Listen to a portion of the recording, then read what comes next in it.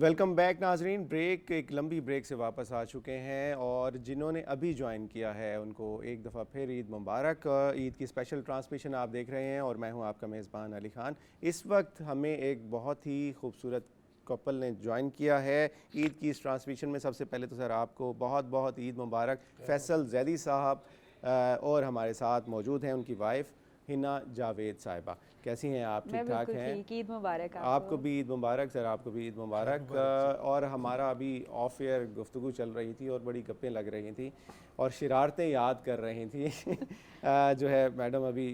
तो इस हवाले से मैं पूछना चाहूँगा ईद स्पेशली कैसे गुजारते हैं, कैसे गुजरती है और कितना एक डिफरेंस आया है पहले की ईद में। बचपन की ईद होती है बंदे को उसमें और चाम होता है और जब ज़िम्मेदारी आ जाए शादी के बाद रिस्पॉन्सिबिलिटीज़ बढ़ जाती हैं, कितना एक डिफरेंस होता है? काफ़ी ज़्यादा फ़र्क है। शादी से पहले जो थे, मुझे इतना याद है कि पापा सिर्फ कहा करते थे कि मैं नमाज़ पढ़ के आऊँ और आप लोगों को रेडी होना चाहिए और हमें सिर्फ तैयार होना होता था कि वो आएँ और हम उनसे ईदी लें, ईद मिलें। लेकिन शादी के बाद अब हमें वो सारी चीज़ें, जो गेस्ट हमारे पास आने होते हैं उनके लिए चीज़ें तैयार करनी होती हैं कि जो आ रहा है उसके लिए हमने घर में क्या बनाना है और मिलने के लिए जाना है लोगों को, ईदी भेजनी है, ईदी देनी है बच्चों को, सबको। तो रिस्पॉन्सिबिलिटीज़ बढ़ जाती हैं बहुत ज़्यादा। यानी कि काम करना पड़ता है काफ़ी सारा। बहुत ऐसे ही ज़्यादा। है आप जो है ना फैसल भाई, आपसे मैं पूछना चाहूँगा इस हवाले से। आप लगता है काम बहुत ज़्यादा करवाते हैं इसीलिए हमें ये शिकायत मिल गई है घर में तो देखिए काम जो है वो तो मिल बांट के ही करना पड़ता है, लेकिन ख़वातीन पे जिम्मेदारी जो है वो कुछ ज़्यादा ही होती है। घर गृहस्थी की, किचन की, इसके अलावा मेहमान जो आ रहे हैं उनकी तवाज़ा की, तो नेचुरली थोड़ी जिम्मेदारी जो है ख़वातीन पे ज़्यादा होती है। दो वक्त के साथ साथ अब बहुत सारी सहूलियात आ गई हैं। अब बहुत सारी चीज़ें, जब हम छोटे होते थे तो हर चीज़ घर में बना करती थी। आजकल बेकरी तो रेडीमेड हर चीज़ मिल जाती है, आप जाएं और बाज़ार से लेते हैं, लेकिन वहाँ पर एक्सप्रेशन कुछ और आ रहे हैं नहीं, आप ये देखें कि ये सारी चीज़ें तो चले हम बाज़ार से भी मंगवा सकते हैं, लेकिन सवैयाँ हैं, शीर खोरमा है, ये सब कुछ घर में बन रहा होता है, ये हम बाज़ार से नहीं ला सकते हैं। मीठा खुद बनाना पड़ता है। और केक आ जाते हैं, रिप्लेसमेंट हो गई है ना उसकी। अब केक, पेस्ट्रीज और ये चीज़ें चल रही होती हैं। लेकिन बेकरी मालकान के लिए एक आइडिया आ गया है कि वो ये भी बनाकर बेच सकते हैं कि ख़वातीन को शीर खुरमा भी ना बनाना पड़े। वो भी ना बनाना पड़ेगी, एक जो काम करना पड़ता है। नहीं देखिए, ये चीज़ें तो देखिए साथ साथ चल रही होती हैं, लेकिन उसके अलावा जो तैयारी होती है, जिसमें बच्चों की तैयारी होती है, सुबह नमाज के लिए जो कपड़े प्रेस करने होते हैं, बच्चों की तैयारी कंप्लीट करके रखनी होती है, अपनी तैयारी, अपनी तो खैर तैयारी का टाइम ही नहीं मिलता, वो तो आप काम काज में ही लगे रहते हैं। जाहिर हो रहा है आपको इसका टाइम नहीं मिलता अच्छा ये बताएं कितना चांद रात कैसे गुजारते हैं, किस तरह से शॉपिंग वगैरह, जिस तरह से अभी फैसल भाई जो है इस बात पे बड़ा डाउटेड हुए कि तैयारी तो लग ही नहीं रही जैसे नहीं तो शॉपिंग कहते हैं ख़वातीन की शॉपिंग कभी ख़त्म नहीं होती, बात सही है ये बिल्कुल दुरुस्त बात है जी। एक शॉपिंग ख़त्म होने की दो, मेरे ख्याल है ना ख़त्म होने की दो वजूहत होती हैं। एक तो इतनी ज़्यादा ऑप्शंस अवेलेबल हैं और जब तक ये सब ऑप्शंस देख ना लें ये सेलेक्ट नहीं कर पाते। सही। और दूसरा ये कि बहुत ज़्यादा होता है कि हमने ईद के पहले दिन सुबह क्या पहनना है, दोपहर क्या पहनना है, रात को, और फिर वो 3 दिनों पर अगर आप यानी कि पहले सिर्फ 3 दिन की शॉपिंग की जाती हाँ थी। जी, हाँ अब जी। यानी कि हर दिन की अलग-अलग, मतलब दिन में डिवाइड हो गया 3 टाइम। जी हाँ, मतलब जी हाँ, क्योंकि मेहमानों का डिफरेंट है ना जी। जैसे सुबह जो है वो मेहमान डिफरेंट आ रहे हैं, दोपहर को फैमिली के साथ कोई खाना, और रात को इसी तरह दोस्तों के साथ कोई खाने के लिए अलहदा किसी मकाम पे जाना है, तो हर जगह तो एक जोड़ा नहीं पहना जाता। सही सही, ये भी है।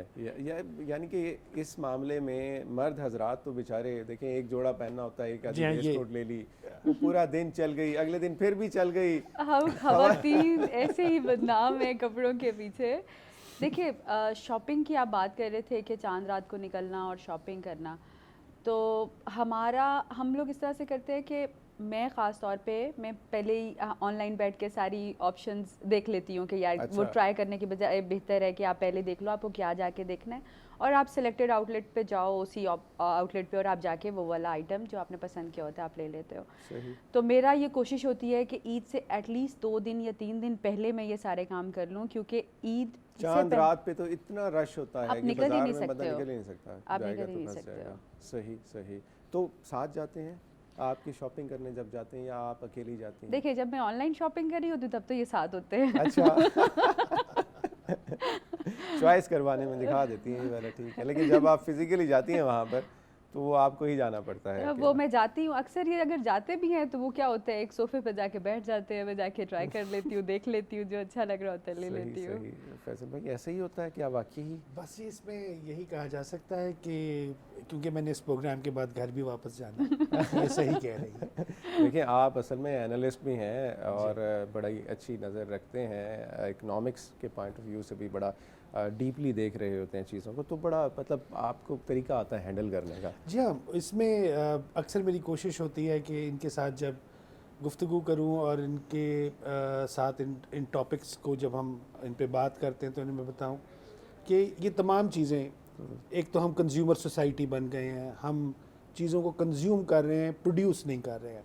सही। सो उसके हवाले से इनसे बातचीत रहती है। और दूसरी बात जो इन्होंने अभी पॉइंट आउट की, ये भी बड़ा इम्पॉर्टेंट है कि टेक्नोलॉजी ने बहुत सारी चीज़ों में आसानियाँ पैदा कर दी हैं। आज आप घर बैठे ना सिर्फ शॉपिंग कर सकते हैं, बल्कि जैसे ये कह रही हैं कि चूज़ कर लिया, नैरो डाउन कर ली सिलेक्शन, जिससे टाइम बचता है। वहाँ जाकर फिज़िकली देखकर आप डिसाइड कर लेते हैं कि okay this is the thing that you really want. तो आसानियाँ भी हैं और इससे कुछ मुश्किलात भी आ रही हैं, तो ये चीज़ें चलती रहती हैं। मगर हमारी कोशिश होती है कि जब भी गुफ्तगू हो तो फॉर्चुनेटली अनफॉर्चुनेटली उसमें एकेडमिक्स का एस्पेक्ट जो है सही, वो सही। घुस आता है जी। मतलब बड़ा तरीके से जो है हैंडल करने का तरीका आना चाहिए। आप जिस भी सिचुएशन में रखें, अगर आपको हैंडल करने का तरीका, मेरे ख्याल है कि ये जो रिलेशनशिप गोल एक बड़ी अहम चीज़ है, और उसमें जो है जो भी उसको हैंडल कर रहा है या ड्राइविंग जिसके पास है उसको सिर्फ हैंडल करना अच्छे से आता हो। एक्चुअली डिफरेंस इसमें यहाँ आ जाएगा कि she is also working lady. So दोस्त जो कि हाउस वाइफ और वर्किंग लेडी में बड़ा फ़र्क होता है। सही। सो क्योंकि ये भी अर्न कर रही हैं, मैं भी अर्न कर रहा हूँ, तो उसमें डिसीजन मेकिंग भी म्यूचुअल है। उसके अंदर हम दोनों को बैठ के चीज़ों को देख के करना पड़ता है। हाउस वाइफ में ये होता है कि थोड़ा सा मेल डिसीजन मेकिंग जो है वो डोमिनेंट होती है, बिकॉज अर्निंग हैंड उनको ही सिर्फ पता होता है कि कितने पैसे आ रहे हैं और कैसे उनको खर्च करना है। सही, लेकिन तो इसमें फर्क ये चीज़ भी तो आती है। देखें अगर दोनों माशाल्लाह काम करने वाले हैं, एक्टिव हैं और मतलब सोशल नेटवर्किंग भी है दोनों लोगों की, तो थोड़े से कॉन्फ्लिक्ट भी तो आ जाते हैं। घर की रिस्पॉन्सिबिलिटीज़ किस तरह से डिवाइड की जाएं, बल्कि मैं आपसे, आप एक बहुत अच्छा रोल मॉडल है हमारे सामने बैठे हुए, जिस तरह से पहले गुफ्तगू हो रही थी और जैसे हम पहले आपको जानते हैं, क्या कहेंगे आप इस हवाले से? मेरा ख्याल है इसमें जैसे आपने खुद अली भी कहा था कि अगर रीज़न के साथ, डिस्कशन के साथ चीज़ों को हैंडल किया जाए तो बहुत आसान हो जाता है। मैं ये समझता हूँ कि सिर्फ मेहमानों की तादाद बढ़ जाती है, क्योंकि इनके साथ काम करने वाले, मेरे साथ काम करने वाले वो तमाम हमारे दोस्त हैं, मुश्तरका दोस्त हैं, तो उनका आना जाना, सो मेहमानदारी बढ़ जाती है। इसके अलावा हम क्योंकि चीज़ें डिस्कशन के साथ सॉल्व कर रहे होते हैं तो इतने ज़्यादा प्रॉब्लम्स हमें नहीं आती। I respect her sphere of work, she respects my sphere of work. तो एक दूसरे की प्रोफेशनल लाइफ में हम क्योंकि इंटरफेयर नहीं करते तो बड़ा स्मूथली चीज़ें चल रही हैं। मतलब अगर डिफरेंस हो भी, दोनों पर्सनैलिटीज़ में डिफरेंस हो भी, तो उसको भी डिस्कशन के थ्रू और एक दूसरे से डिस्कस करके, मतलब कभी किसी की मान कर, ये ज़रूरी होता है। ये बहुत ज़रूरी है, ये बहुत ज़रूरी है एक दूसरे के सफ़ियर को समझना, उनके मसाइल को समझना। वर्क प्लेस के अपने मसाइल होते हैं और रूम देना एक दूसरे को कि वो अपनी प्रोफेशनल लाइफ में जो ब्रीथिंग स्पेस देना ज़रूरी है दूसरे को। सही, बड़ी प्यारी बात की। अच्छा, हम ईद पर आते हैं दोबारा। ये बताएं आपने कितनी ईदी दी है? कुछ बचेगा तो ईद ये तो ज्यादा की है। देखिए आपको कितनी ईदी मिली है ये बताएं आज? मेरे पास सारे पैसे मेरे पास होती है। अच्छा, यानी कि कार्ड, सारे एटीएम कार्ड जो हैं वो आपके पास हैं? मेरे पास है, क्रेडिट कार्ड। तो मुझे ईदी की जरूरत नहीं है, मेरी सारा साल ईदी फिर तो आप देती होंगी। फिर तो मैं आपसे पूछूं आपको कितनी ईदी मिली? नहीं जी, यही ईदी है कि एक हम खुशगवार ज़िंदगी गुजार रहे हैं, एक हेल्दी लाइफ और एक्टिव लाइफ हम गुजार रहे हैं। सबसे इम्पोर्टेंट चीज़, सबसे इम्पोर्टेंट चीज़ बिल्कुल। अगर ये मौजूद है तो हर रोज़ ईद, हर रोज़ नो डाउट। बड़ी प्यारी बात की आपने। और मैं यही देखें, आजकल हम जिस तरह से देख रहे हैं कि जो रिलेशन है, ख़ास तौर पर हस्बैंड वाइफ का रिलेशनशिप है, उसमें बहुत सारे मसाइल मेरे इर्द गिर्द देखें, मेरे दोस्तों में, आपके इर्द गिर्द भी होंगे, बहुत सारे मसाइल हमें देखने को मिलते हैं, लेकिन उसकी वजूहात क्या होती हैं? आप माशाल्लाह एक रोल मॉडल हैं और जिस तरह से उसको लेकर चल रहे हैं, मुझे बड़ा अच्छा लगा आपसे मिलकर। और आप इस हवाले से सजेशन ज़रूर दीजिएगा, आपसे भी मिलूँगा।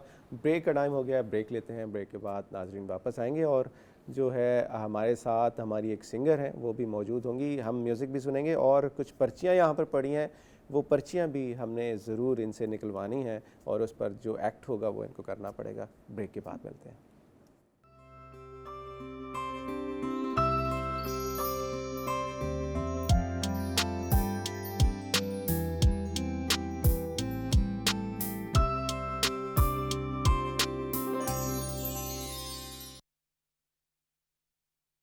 वेलकम बैक नाजरीन, ब्रेक से वापस आ गए हैं और हमें ज्वाइन किया है नैन्सी ने। कैसी है नैन्सी? आपको ईद मुबारक। कैसी चल रही है आपकी सेलिब्रेशन ईद की? ईद की सेलिब्रेशंस बहुत मज़े की जा रही हैं और आज ईद का जैसे कि सेकंड डे है आपको तो देख के लग रहा है कोई बहुत ही डिफरेंट मज़ा। किस्म की ईद आई है। ये पहले आती है जो मेहंदी लगी हुई होती है, किसी को कोई इस तरह का कलर नज़र आता है, ब्राउन मेहंदी, और हाथों पे नज़र आती है। ये ग्लू वाली ईद है। देखिए जो है ना, खुद को जो है वो जिससे हम लोग दूसरी चीज़ों को मॉडिफाई करते हैं, तो मेरे ख्याल से खुद को भी मॉडिफाई करना चाहिए खुद इंसान को को। बहुत ज़्यादा मॉडिफाई करना चाहिए। फैसल साहब आप ना, बताएं। ईद में कुछ डिफरेंट तो नज़र आना चाहिए। हाँ बिल्कुल बिल्कुल बिल्कुल। तो आपसे पूछेंगे कैसा गुजरा आपका पहला दिन, कैसा गुजरा और दूसरे दिन की क्या मसरूफियत होती है। फैसल साहब पहले आप बताएं, हमने बड़ी सीरियस गुफ्तगू की है, मैं चाह रहा हूँ कि अब पहले आप जो है बता रहे थे और ऑफ एयर हमारी जो बात हो रही थी, बल्कि यही कह रही थी हिना कि जो है मुझे कम बोलने दिया जा रहा है। तो अब मैं जो है ना ज़्यादा मौका दूंगा आपकी वाइफ को कि वो ज़्यादा बोल सके।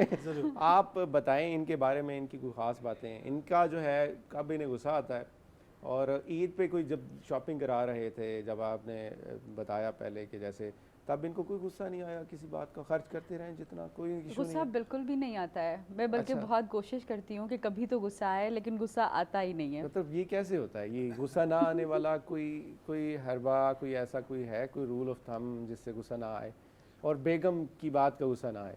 बेगम की बात का तो गुस्सा करना ही नहीं चाहिए ना जी, अच्छा, क्योंकि मतलब एक उसको मिटा दिया। एक ऐसी चीज़ है जो ला हासिल है, उसको आप गुस्सा करके क्या कर लेंगे। माशाल्लाह, वाकई अब पता चल रहा है कि लेकिन आपको केमिस्ट्री एक क्यों चीज़ इतनी अच्छी है। आपको एक चीज़ बताती हूँ कि इनमें एक क्वालिटी ये है कि ये अपनी बात बड़े तरीके से मेरे ही मुंह से निकलवा लेते हैं। अच्छा, यानी कि जो इनकी मर्जी होती है वो मेरी मर्जी कहीं चली जाती है। बड़ा ये तो फिर उनका ये टैक्ट मुझे है ना। सीखना है। तो ये तो मैं भी चाहूँगा इनसे सीखूं, लेकिन बाद में प्रोग्राम ख़त्म हो जाएगा। तो मैं चाहूँगा ऑफ एयर बातें, ऑफ एयर बातें हैं हमारे पास। नैन्सी आप भी आ गई हैं, चलें आप भी इसका हिस्सा बनेंगी। हमारे पास कुछ सवालात भी हैं और हमारे पास एक क्विज़ भी है। ये हमारे पास पर्चियाँ हैं और पर्चियाँ आपको निकालनी पड़ेंगी और पर्चियों से देखते हैं क्या निकलता है आपका कुर्रा फाल। तो पहले कहाँ से शुरू किया जाए? मेरा ख्याल है आपसे शुरू किया जाए, लेडीज़ फर्स्ट। तो अब मैं ज़्यादा डेयरिंग लग रही हूँ। और इस पे पढ़ें और क्या लिखा हुआ है ये बताएं ज़रा, क्या लिखा हुआ है? मज़ाहिया शायरी सुनाएं। मज़ाहिया शायरी, कोई एक अदा शेर, कोई इस तरह का। मुझे शायरी तो बहुत दूर की बात, मज़ाहिया कहाँ से सुनाऊँ? अच्छा ये बताएं, ईद पे बचपन में कोई कार्ड्स वगैरह लिखती थी कभी? हाँ, वो जब स्कूल में होते थे तो दोस्तों के लिए लेते थे कार्ड। उसके ऊपर शायरी भी करते थे? हाँ, वो कुछ होता था, डब्बे पे डब्बा, डब्बे में डब्बा, डब्बे में केक, मेरी सहेली लाखों में एक। वाह वाह वाह वाह। ये देखिए मैंने आखिर निकलवा लिया निकलवा ली। आपसे। चलें आगे चलें, फिर आगे जैदी साहब के पास। सर आपके हिस्से में क्या आता है ये देखते हैं।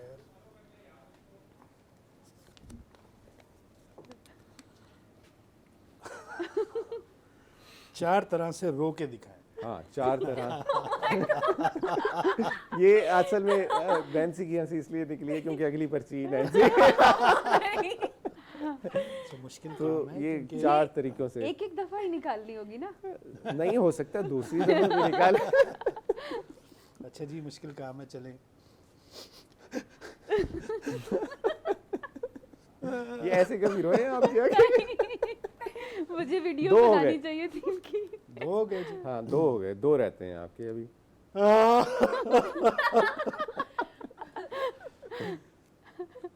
अब आखिरी रह गया इसके लिए। आखिरी लास्ट खामोशी वाला कर ले ऐसे। हंसी है। तो I think बड़ी I've done बड़ी it. वेरिएशन है जी आपके पास। क्लैप होनी चाहिए जी, क्लैप बनती है फैसल जैदी साहब के लिए। और जी नैन्सी के पास भी चलते हैं। नैन्सी से गाने तो हम बाद में सुनेंगे, लेकिन पहले कितनी डेयरिंग है नैन्सी ये पता चलेगा आप। जी नैन्सी या अल्लाह रहम। घुमा सकते हैं इसको, थोड़ा हम शफल कर लेते हैं। नीचे वाली पर्ची हो सकता है आसान हो सकता है सिर्फ आपको सिर्फ गाना सुनाना पड़ जाए। सबसे आसान तो यही काम होगा आपके लिए। Okay. अपने पसंदीदा अदाकार या अदाकारा की तरह एक्टिंग करके दिखानी है जी नैन्सी ओह ने। My God. पसंदीदा आर्टिस्ट की वो करके दिखाएंगे जी नैन्सी। नैन्सी अच्छा, आप पाकिस्तानी होना टिकटॉक चाहिए पे तो actor इतनी या- एक्टिव होती है तो आप कुछ भी कर सकती हैं। अच्छा, वो एक्टर हमारा पाकिस्तानी होना चाहिए। कुछ भी हो जाए, जो भी एक्टर पसंद है, अच्छा। आर्टिस्ट आपको, आर्टिस्ट इज ऑलवेज। तो वो दीपिका का एक है डायलॉग, एक चुटकी सिंदूर की तुम कीमत। तुम क्या जानो रमेश बाबू, ईश्वर का आशीर्वाद होता है एक चुटकी सिंदूर। वाओ वाओ, आला क्लैप क्लैप तो बनती है। बहुत आला। चलें जी, ये पर्ची राउंड हम दोबारा चलाएंगे लेकिन अगली ब्रेक में। अभी हम थोड़ा सा बात करते हैं बचपन की ईद के हवाले से। जैसे हमने पहले थोड़ा सा आगाज़ किया था, बचपन में कार्ड्स होते थे, कार्ड्स लिखे जाते थे, बनाए जाते थे, डेकोरेट किए जाते थे। अब सब कुछ वर्चुअल हो गया है, मोबाइल फ़ोन पे चला गया है। क्या कहते हैं आप, कार्ड वाकई कब लिखा आप था?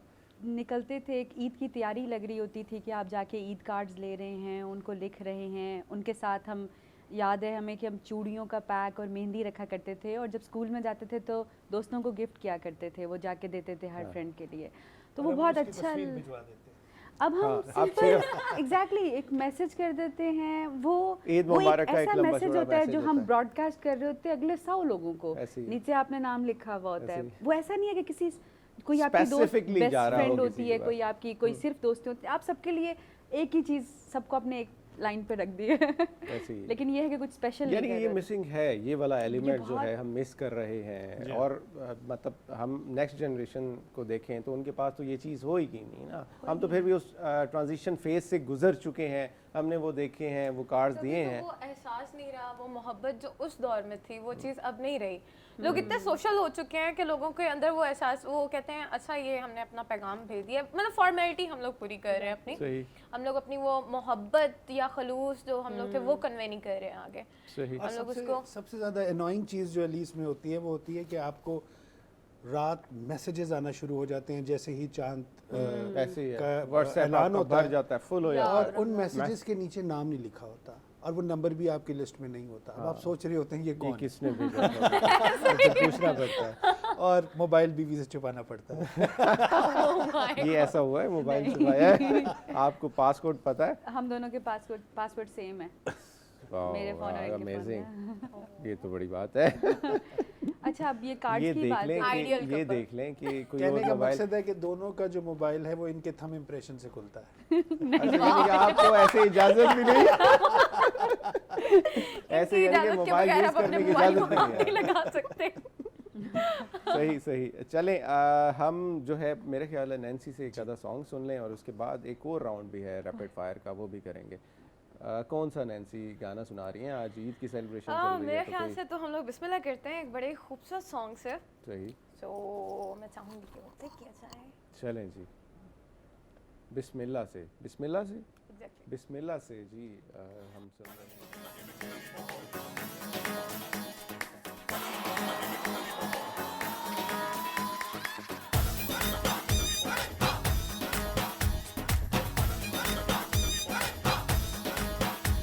ओ माड़ा इत्थे माड़ा सैया जो है, माड़ा इत्थे माड़ा सैया जो है, कुछ भी होवे ओ साडा प्यार जो है। Thank you. बिस्मिल्लाह हो गई है नाजरीन और ब्रेक पे चलते हैं। ब्रेक से वापस आते हैं और बातों के और गप्पों के सिलसिले को यहीं से जोड़ते हैं।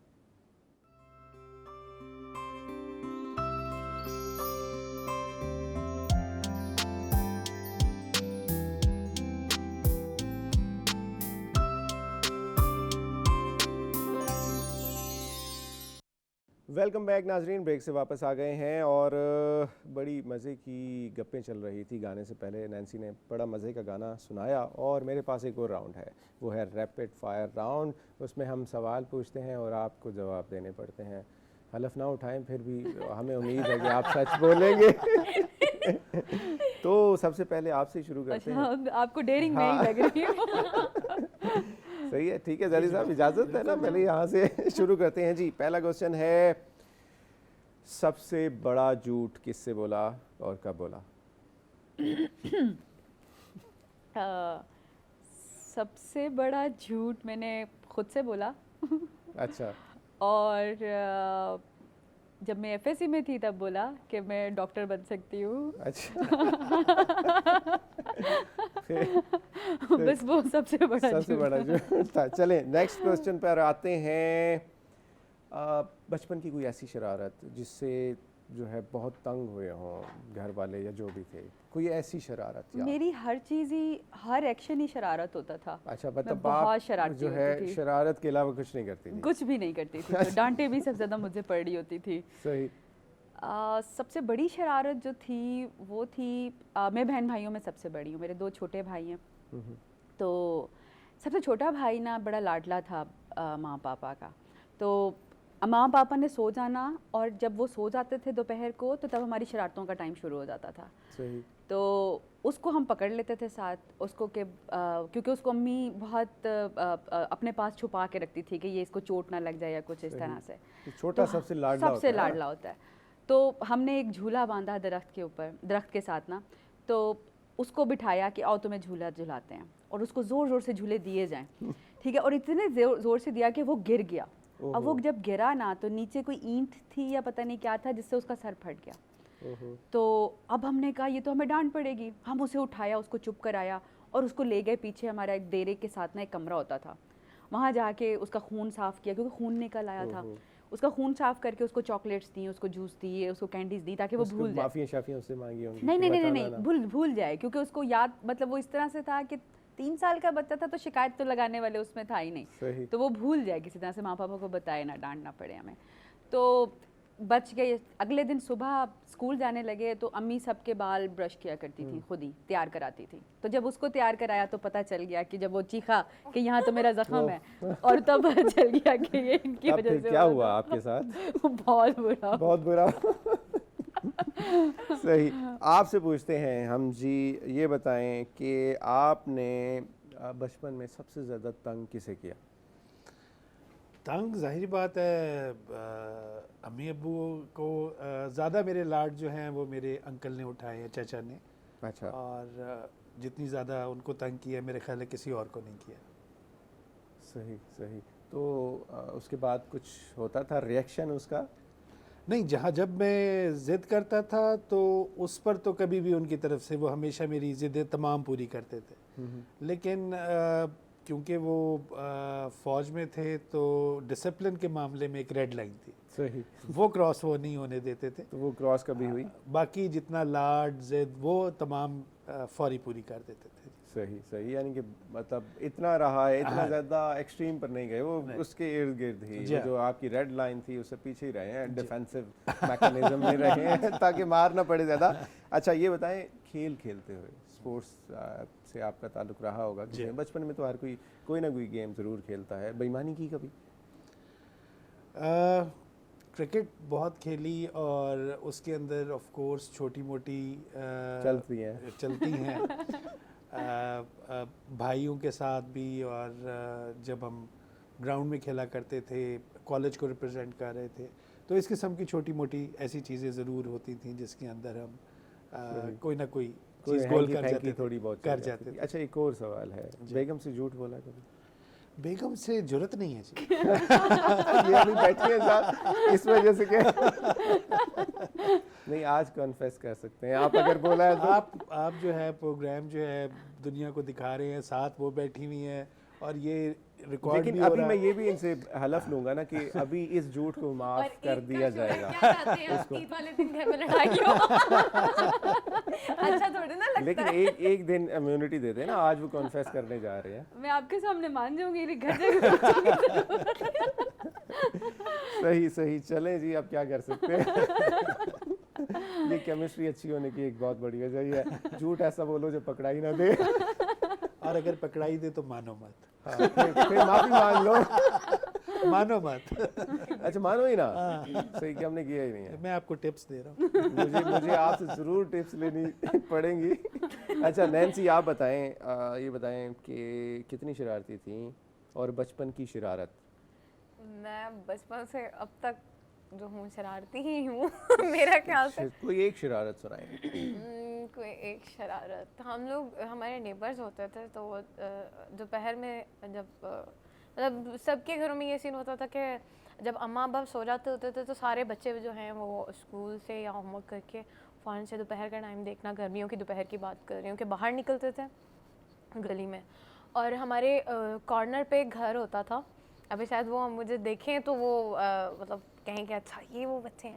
अच्छा, तो क्या तो बेल वो बेल ये बजाती सीन था, थी? उनकी बेल थी। बस। तो हम लोग क्या करते होते थे कि एक दो दफ़ा हम लोग ने रोज़ जाके उनकी बेल को बजाना, तो अंकल निकल के ना बहुत डांटते थे और हमें बड़ा मज़ा आता होता था कि अंकल इस टाइम जो है ना इनको तंग करते हैं, बड़े खड़ूस से अंकल हैं वो, और उन्हें तंग करने में बहुत मज़ा आता था। तो हम लोगों ने क्या करना, एक दिन हमने कहा कि कुछ ऐसा करें कि ये ना बेल बजती रहे किसी तरह। तो अच्छा, हमने कुछ लगा दें ऊपर कि वो बंद ही ना हो। हमने जाके च्युइंगम जो है वो उसके ऊपर लगाई। अच्छा। और उसने कहा जी ये च्युइंगम जो है नहीं उतर जाएगी। फिर उसके बाद हमने स्कॉच टेप ऊपर लगा दी और हम लोग वहाँ से भागकर वापस अपने गेट की तरफ आ गए। और हम लोगों ने देखा कि अंकल निकले हैं बड़े गुस्से से और आसपास देख रहे हैं, चोरी छुपे हम देख रहे थे कि अंकल कुछ देख रहे हैं और सोच रहे हैं कौन बजा रहा है। अब बाद में उन्होंने गुस्से से वो टेप उतार के नीचे फेंक दी। तो ये वाली चीज़ भी मुझे है बड़ी याद रहती है कि बड़ा मार शार नहीं, बड़ी बचत हो गई आपकी। नहीं पता बचत नहीं हो चलने गई, लेकिन दिया। उन्हें पता ही नहीं चला। पता ही नहीं चलने दिया। वही बात फैसल साहब वाली कि पता ना चलने दें। जो काम करना है ना, कार्रवाई ऐसी होनी चाहिए, उसके पहले उसकी जो है ना पहले प्लानिंग सही होनी चाहिए। ऐसे ही है। अच्छा टाइम, अब मैं तो चाह रहा था कि इसे प्रोलॉन्ग किया जाए, लेकिन हमारे पास टाइम बड़ा महदूद है। क्या कहना चाहेंगे ख़ास तौर पर एंड में यही, ईद किस तरह से सेलिब्रेट करनी चाहिए, और ख़ास तौर पर आपका माशाल्लाह जिस तरह से रिलेशनशिप है उसके हवाले से ख़ास टिप्स जो आप मुझे कुछ तो ऑफ ईयर देंगे, कुछ ऑन ईयर भी दे दें, जो सुनने वाले हैं वो भी कुछ फ़ायदा उठा लें। देखिए, ईद उल फितर के हवाले से तो क्योंकि ये रमज़ान के बाद हम सेलिब्रेट करते हैं, और रमज़ान में जो हम सबक सीखते हैं वो बर्दाश्त का है और वो इसार का है। तो ये एक मेरे ख़्याल में बहुत बड़ा हम सब के लिए एक पैगाम है कि हम इस त्यौहार पर अपने उस 30 दिनों का जो लेसन है उसको मत भूलें, और ज़िंदगी में थ्रू आउट द ईयर इस टॉलरेंस और इस बर्दाश्त को हम अपने रवैयों और अपने रिलेशनशिप के अंदर कन्वर्ट करें, ताकि हम एक अच्छी ज़िंदगी भी गुजार सकें अपनी और एक लाइफ अच्छा का माशरा हिस्सा भी। बनाना जी हाँ। चाहिए इस रूटीन को, इस टॉलरेंस को, इन सारी चीज़ों को। जी हाँ। सही, तो ये थैंक्स अ लॉट, बहुत अच्छा मैसेज। आप क्या कहेंगे? मैं सिर्फ इतना कहूँगी कि हम लोग रोज़े रख रहे होते हैं तो ईद पे मैंने अक्सर देखा है कि फिर हम बदपरहेज़ी कर रहे होते हैं, जो हाँ, खाना ईद आती है और हम शुरू हो जाते सब हैं, वो शीर फिर हम खुरमा अपने चल रहा साथ ही है, ज्यादती सेवइयां कर रहे चल रही हैं, एग्जैक्टली कुछ भी आ जाए। हाँ जी, वो हम अपने साथ ज्यादती कर रहे होते हैं तो वो थोड़ा कंट्रोल किया करें। लेकिन एक बात आपने ऑफ एयर कही थी जब हमारी रिकॉर्डिंग स्टार्ट नहीं हुई थी, आपने कहा था खाने से मुझे कोई नहीं रोक सकता। हाँ, वो मुझे तो अब आप वो कभी भी नहीं रोक सकता। ये नहीं है कि वो सिर्फ ईद नहीं है या सिर्फ रमजान नहीं, मैं बाकी मतलब हर दिन की बात कर रही आपको हूँ। कोई नहीं ये रोक सकता। पैगाम लोगों के लिए भी और अपने लिए भी। हाँ, हाँ, मैं खुद को नसीहत कर रही हूँ। खुद को नसीहत कर रही हैं कि जो है बदपरहेज़ी नहीं करनी चाहिए, ज़्यादा नहीं खाना चाहिए, लेकिन यही कह रही थी कि मुझे खाने से रोक नहीं सकता कोई। मैं खाने से खुद को नहीं रोक सकती खुद हूँ। को नहीं रोक सकती। Thanks a lot. नैन्सी क्या कहेंगी? ईद जो है वो एक साथ सेलिब्रेट करें।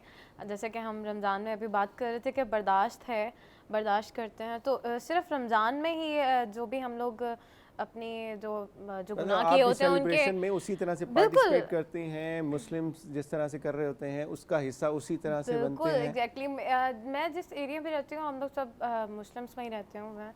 तो मेरी ज़िंदगी के अब तकरीबन माशाल्लाह से 21 साल हो गए हैं और हम लोग उसी एरिया में रह रहे हैं सही, और सही। हम लोग और जब उस फेस्टिविटी हम अपना को बिल्कुल उसी तरह से एंजॉय करते क्रिसमस हैं। को जो है हम लोग जिस तरह से सेलिब्रेट करते हैं उससे कहीं ज़्यादा हम ईद उल फितर को सही। और ईद उल अज़हा को कर रहे होते देखिए हैं ये बहुत बड़ी celebrate। बात है कि और आप मज़े की बात ये है कि हम तो कर रहे होते हैं लेकिन मज़े की बात जो हमारे जो नेबर्स हैं वो हमें लेकर जो है वो ईद के जो है वो साथ सेलिब्रेट सही, करवा रहे मतलब होते हैं ईद कि की यार खुशियों में आपको उसी तरह से ही पार्टिसिपेट Exactly. करवाते हैं जिस तरह अपने फैमिली मेंबर्स, अपने दोस्तों, Exactly. और ये बहुत बड़ी बात है। और आप लोग भी उसे उसी तरह से पार्टिसिपेट करते हैं, उसमें खुशियों का हिस्सा बनते हैं। तो ईदी ली थी किसी से? ये फिलहाल तो मेरी नेबर के बच्चों को जो है वो अम्मा ने दी है अच्छा। और शाम में मेरी वो अम्मी बनी हुई है तो मैं उनसे जाकर ईदी लूँगी अभी। ईदी लेंगी। चलें जी, गाने पे आते हैं। आप लोगों का बहुत शुक्रिया। नैन्सी हमें जाते जाते गाना सुनाएंगी और इसके साथ हम वाइंड अप कर देंगे बातों के इस सिलसिले को, लेकिन बड़ा मज़ा आ रहा था, टाइम का पता ही नहीं चला जी। गाना कौन सा है नैन्सी आप सुना रही? तेरे संग यारा। तेरे संग यारा हम सुन रहे हैं नैन्सी से जी। एंजॉय करेंगे गाने को और स्वीट्स आप ले सकते हैं, आप स्वीट्स एंजॉय कीजिए, नैन्सी का गाना साथ साथ।